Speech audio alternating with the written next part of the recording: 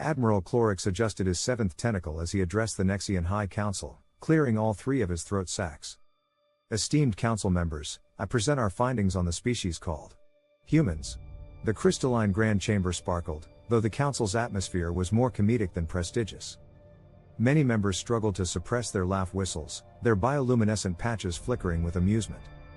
Klorix's scales shifted to a deep purple, the shade of professionalism. Humans have achieved space flight, yes, but I recommend against their Federation membership. He paused dramatically, his antennae twitching to add gravity. Simply put, they're too peaceful. Laughter erupted across the chamber. High Counselor Vex blinked his four eyes in sequence. Too peaceful? Our concern is usually over species being too violent. Klorix nodded emphatically, switching to a slide of humans feeding birds, helping the elderly, and hosting charity events. How can such a species contribute to Federation security? Look. He switched to footage of a human meditation session. They just sit for hours thinking about peace. Imagine them facing space pirates. They'd offer them tea and try to discuss their feelings. Captain Therra, leader of the observation team, grew uneasy. Admiral, she called out, shouldn't we discuss the incident at the sporting event? Hockey? Klorix waved dismissively, switching to another clip of humans gliding on ice. Ah, they're dance ceremonies.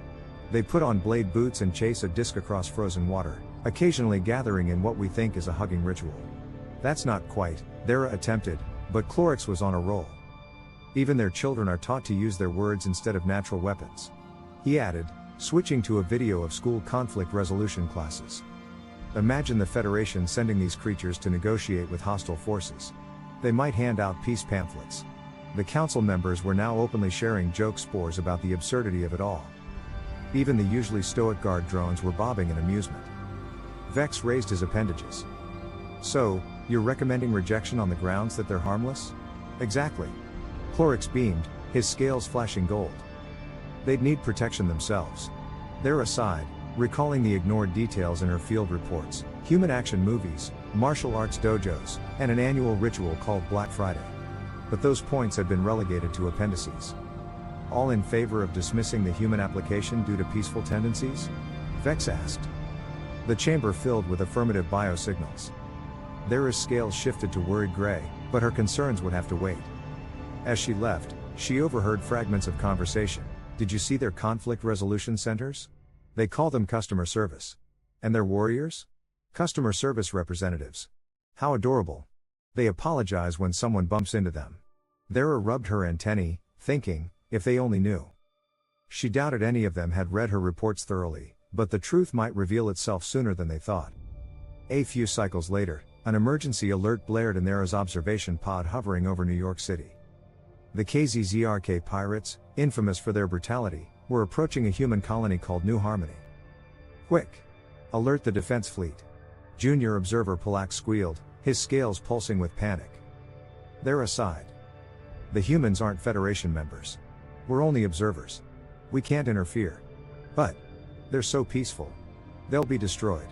The team watched as the pirate ships descended upon New Harmony, a colony known for its universities and art galleries, a perfect, defenseless target. The humans' response was swift and baffling. On every frequency, laughter erupted from the colony. Oh honey, said a single, taunting voice, you picked the wrong colony to mess with. Therra and her team watched in shock as buildings across New Harmony transformed. Art galleries retracted to reveal defense turrets. The Performing Arts Center's dome split open, revealing a shield generator. The peaceful botanical garden deployed fighter jets. Impossible, whispered Polax, eyes wide. Where did they hide all this military equipment? They didn't hide it, Therra replied grimly. We just saw what we wanted to see. The KZZRK, assuming victory, launched their first attack. The humans' response, a strategy they called the welcome wagon, wasn't welcoming at all. The council was soon notified, and they watched in growing horror as human pilots executed maneuver after deadly maneuver, neutralizing the pirates with frightening precision. What was meant to be a quick raid turned into a crushing defeat for the KZZRK. The pirates attempted to retreat, but the humans intercepted their ships, boarded them, and brought them back to the colony.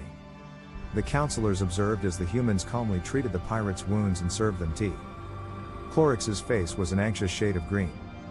Therra, preparing a follow-up report, wrote, The humans are peaceful not because they lack the capacity for violence, they are peaceful because they've mastered it and choose restraint. The Council's emergency session convened in haste.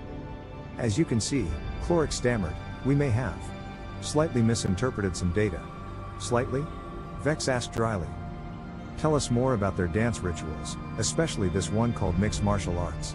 More footage played, boxing, martial arts, action movies. What once seemed like harmless sports now appeared as ritualized training. Commander Rylex, the military analyst, added, they have a phrase, si vis pacem, para bellum, if you want peace, prepare for war. The council chamber filled with anxious murmurs. Vex looked at the footage. So, they're not peaceful by necessity? Exactly, Rylex confirmed. Their children's games are training. Hide and seek? Stealth operations. Capture the flag? Small unit tactics. Their young train for war while they think they're playing games.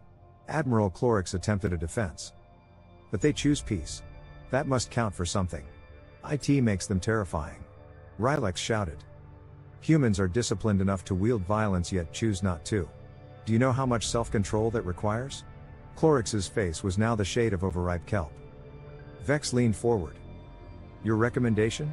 Immediate Federation membership, Rylex replied. Not because they need our protection, but because we might need theirs. The Council unanimously voted in favor. An apology to humanity was suggested. Dear humans, Rylex offered, we apologize for mistaking your kindness for weakness. We hope we never see what happens when you choose otherwise. Therra, promoted to Chief of Human Relations, soon witnessed humanity's full impact on the galaxy. Not only did they join the Federation, but they launched a Galactic Peace Conference, inviting even the KZZRK pirates. They're what? Vex asked, stunned. They're organizing a peace conference, inviting their former attackers, Therra confirmed, struggling to hide her amusement. After fighting the pirates? Klorix protested, utterly bewildered. Yes, Commander Rylex explained. They demonstrated their strength and now demonstrate their preference. It's brilliant. The humans' diplomatic corps, composed of war veterans and skilled negotiators, reached out to former enemies, positioning their fleet in a peacekeeping formation. Their broadcast message was heard across the galaxy, greetings. Following our recent encounter, we'd love to discuss alternative career opportunities for your people. Attendance is strongly encouraged. The Council watched, mystified. Are they threatening people with peace? Asked a bewildered counselor. It's not a threat, Rylex replied. It's an opportunity. But New Harmony ensured everyone understands the alternative. Former pirates and mercenaries reluctantly accepted the invitations. They arrived to see humans hosting workshops on conflict resolution and economic stability. The Council watched, speechless, as the humans provided economic aid, technical training, and career paths, systematically transforming criminal economies into legitimate trade. The Council was in awe. They're exporting peace, someone noted, just like they export everything else, efficiently, pragmatically, and with impeccable marketing. Humans made peace sustainable. They restructured trade routes, offered economic incentives, and built conflict resolution centers in strategic areas. The most dangerous species in the galaxy had figured out how to make peace profitable. High Counselor Vex finally understood. They pursue peace with the same dedication they pursue war. In New Harmony, rehabilitated pirates learned trades and transformed their outposts into legitimate trading centers. Humanity's Galactic Peace Initiative was working, with every pirate faction and mercenary organization opting for profit over violence. As the Council watched human diplomats meeting with pirates turned merchants, Rylex added, the humans send their most capable fighters to talk about peace. Who better to argue for it than someone who truly understands war? Therra noted, they aren't stopping violence. They're making it obsolete. The galaxy's crime rates dropped, and even war-torn regions stabilized. The Council marveled at humanity's systematic approach to peace, using their understanding of conflict to build an economy of cooperation. Are they imposing peace? Someone asked. No, Rylex explained. They're giving people every reason to choose it. As the Council session concluded, Therra sent a final report, we rejected humanity for being too peaceful. Then, we feared them for their capacity for violence. Now we understand, they're peaceful because they choose to be, not because they lack the skill for war.